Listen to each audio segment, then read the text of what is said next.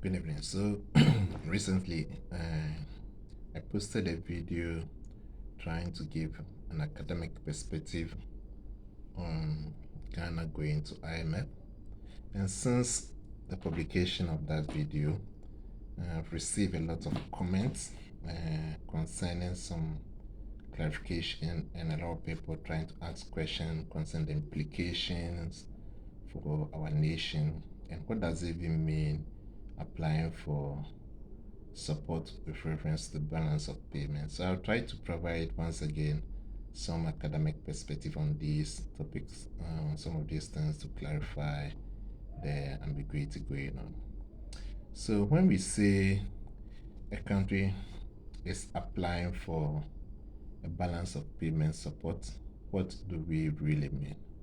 Well, the balance of payment support actually take the form of a short to medium term loans that a nation or a member nation of IMF can apply from the IMF organization in an effort to implement some design policies, okay, to help revitalize the economy. Okay, so for instance, Ghana is a member of the IMF, and therefore that right to apply for BOP support, balance of payment support, to implement some of its policy, Ghana is allowed to do that. Okay, so Ghana going to IMF to apply for this support is nothing new or it's not really surprising. So how does it work when a nation wants to do that? It will first put in a request. So that country will write formally to IMF to ask for that specific assistance. And as the letter that was released by Information Minister stated, the president have instructed the finance minister to formally start or begin that request or start the process. So that's where we are now. We have actually requested for that assistance. So the country will put forward a plan. In that request, the country will put forward a plan outlining the policies that they intend to pursue and how those policies will help them address the balance of payment problem that they have.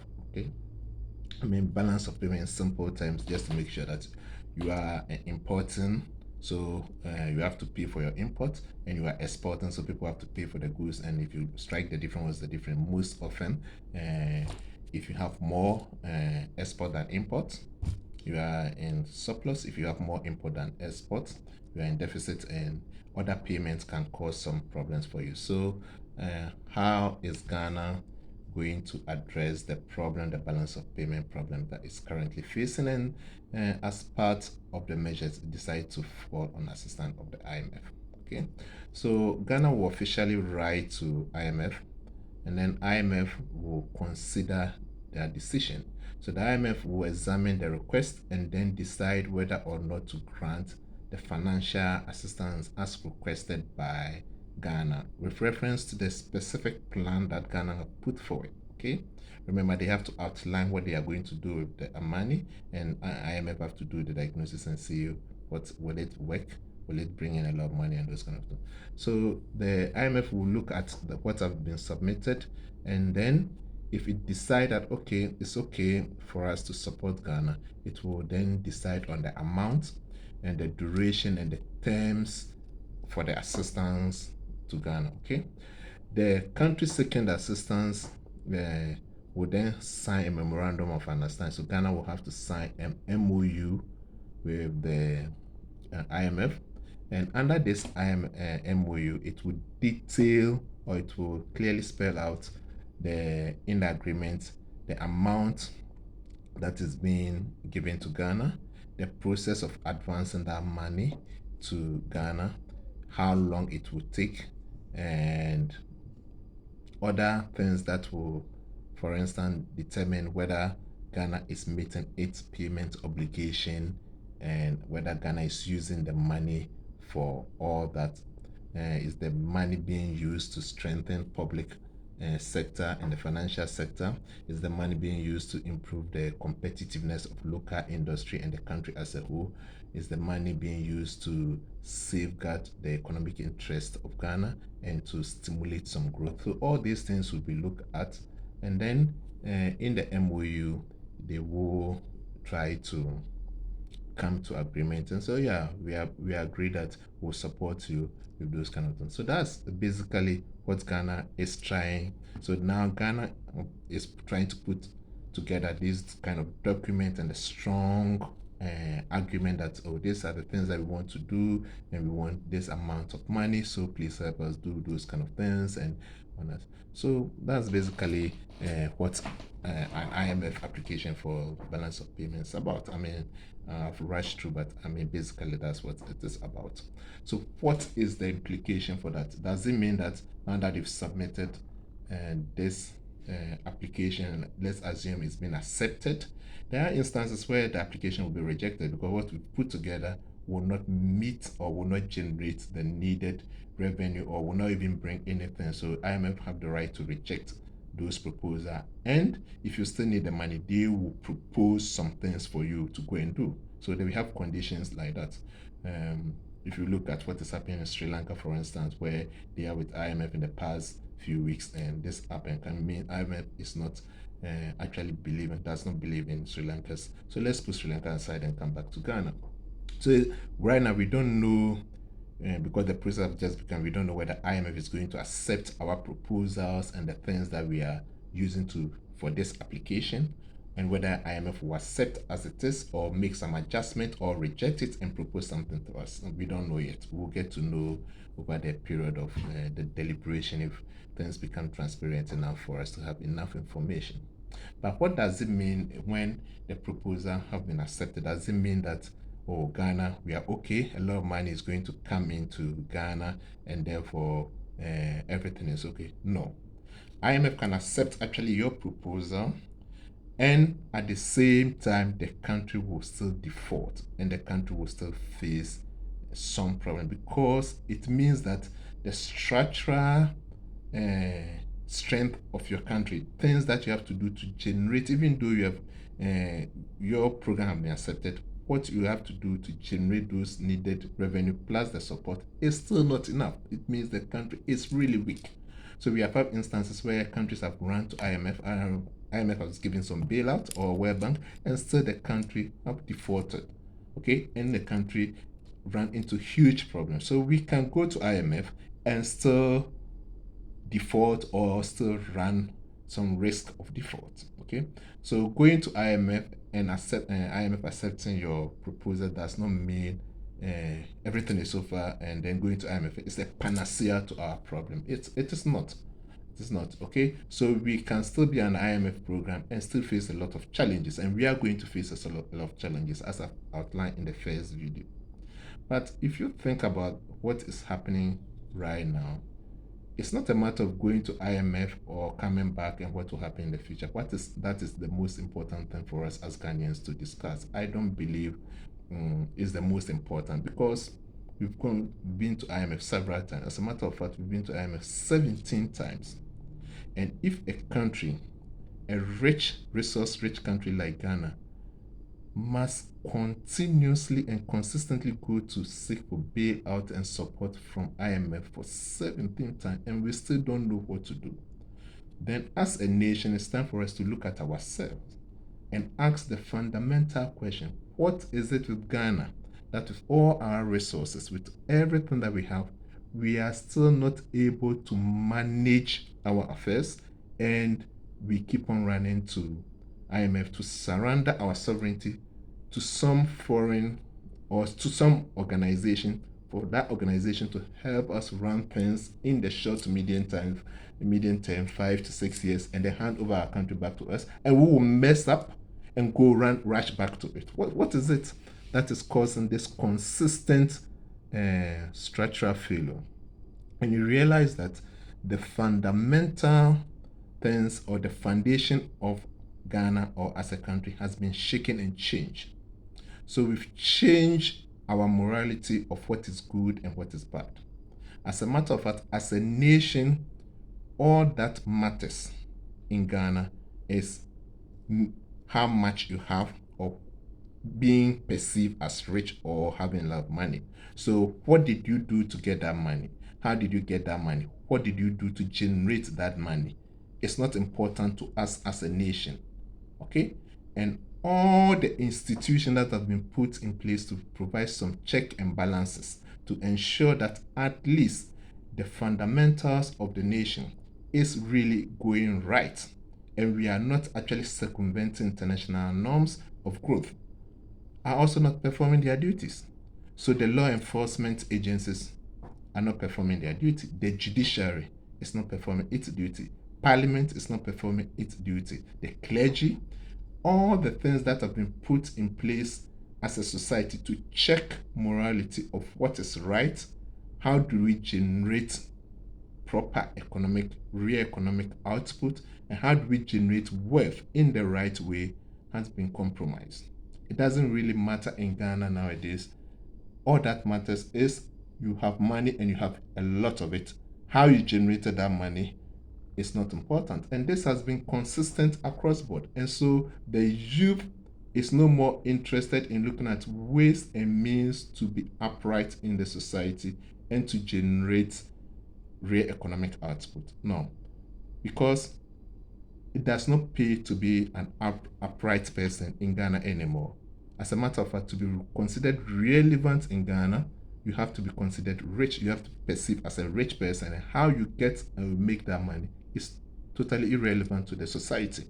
And so we are generating from the household and from institution a group of crook, corrupt thieves, politicians, and leaders that will occupy position, that go on to occupy position, and whatever the whole nation generates, they squander their output and sell it and loot it into their own personal account. So it's siphoning from the economy without really bringing or generating anything back.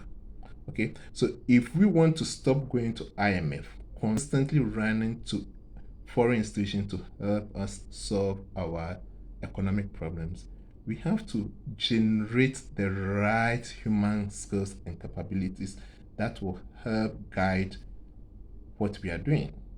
Okay, so we need the right people at Parliament. We need the right people at the judiciary.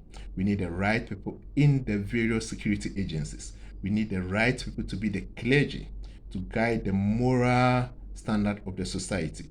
We need the right people to be the traditional leaders. We need the right people to be the stakeholders, the right people to shape what we are producing as human capital. All right? Because right now we have a situation where skills, capabilities, competence, and all those that will help a nation to generate right output is no more relevant. It doesn't matter your education, it doesn't really matter your background in skills and competencies, it doesn't really matter. All that matters is people are pushing and using various forms of corruption and protocol appointment to get people at positions they don't deserve, they don't have it. And you expect such sectors, sensitive sectors, to perform. So we have underlying structural problem as a nation. It doesn't really matter the natural resources that we have. The most important resource that we have as a nation is the human capital, and this human capital have been destroyed. Okay, our education system is not producing the right human capital because the incentive to be that first class, the very good student, have been destroyed by the very society. We have students who are very extremely good, but they are the students that are not having the jobs or are not being employed, are not even being called for interviews, right? And through the protocol and the corruption means, people who are total failures, people do not even have certificates and degrees, are now occupying high positions and are calling the shots. So the incentive to be good in at the education level have been destroyed. Okay, look at the churches who are supposed to provide moral guidance to the society. They don't care who they appoint as the chairman of a function, who they give the big seat and the front row. As far as that person is going to contribute some money to the church, that person is okay. Doesn't matter what the person is doing to generate the money. No. If you look at the judiciary, if you are poor in Ghana, forget about justice. Okay, justice is in the pocket of the rich. So those who manage to get some money, whatever they do to get money, will always be right in Ghana, and they are always right in Ghana. Okay, uh, if you are poor and you go to the security agency for protection, forget it. As a matter of fact, you that you are the victim, you end up paying, and the person who is victimizing you is going to enjoy.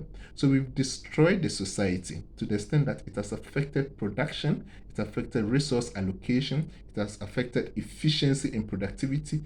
We've destroyed the fabric, the very fabric of the Ghanaian society that is supposed to guide us in producing and being strong economically. So what I'm saying here is that it doesn't really matter whether we rush to IMF and back. If we don't change the fundamentals, what we are doing as a nation, 5 years from today, we will still be rushing to IMF. 10 years from today, if we don't change and things continue to be like it is right now, we will continue to rush to IMF, because it doesn't really matter who becomes the president. It doesn't really matter who becomes your MP. It doesn't really matter who becomes the judge or the police head or whatever. If the people that you appoint to this position are incompetent, are crooks, are greedy, and they are just interested in siphoning state resources into their pocket, we will continue to run to IMF. Okay? And the nation will not develop. So it's time for us as a nation to look at ourselves. What are we doing wrong? Why is it that a rich country like us, a resource rich country like us, will always have to run and surrender our hard fought sovereignty to an institution to come and tell us, please stop corruption, please cut waste, please, what you are doing is not good, this particular project or program is not going to bring anything to your country, so stop it, please make sure that these people go to work. Why do you need, as a nation, an institution to come and tell you to do these things? Remember, IMF, that's exactly what they're going to do. They're going to look at what we have been doing. Those things that are not good, they're going to say, we are not going to support it. If you want our money, stop those kind of nonsense. Stop it. Now, if you want our money to help you come out of this trouble that you are in, please reduce the unnecessary waste. So cut down the number of people perhaps at the presidency if they are not generating anything, all right? So these are the austerity programs that they are going to force us to go through. These are not magic. It's not really magic, all right? It's just like you are in your house as a father, and whenever you get the money, you take all the money and go to the bar and spoil everything, and then go back and borrow. Now, if the person giving you the money is really interested in the welfare of your family, you say, look, I'm not going to give you the money for you to go and squander it at the bar anymore. But as a matter of fact, go and buy the food and I'll pay for it. Pay the rent and I'll pay for it. Make sure that the students are in school and I'll pay for it. And then make sure that the family is doing well, and I'm willing and ready to support you for that. But giving you the money to go to the bar to waste, I'm not going to do that anymore. So that's exactly what IMF is going to do to us. All right? They are just coming in, look at what we are doing. These things are not necessary. They are, as a matter of fact, waste, and we are not going to support it. These things are very good, so we are going to support it. That's basically what it is about. But what I am saying is, we as a nation, as Ghanaians, have to start looking at ourselves. You being a parent, being an individual, being a pastor, being a security person, working as a parliamentarian, working in the parliament, working everywhere that you are contributing in the academic sphere, contributing to the nation. We have to look at ourselves.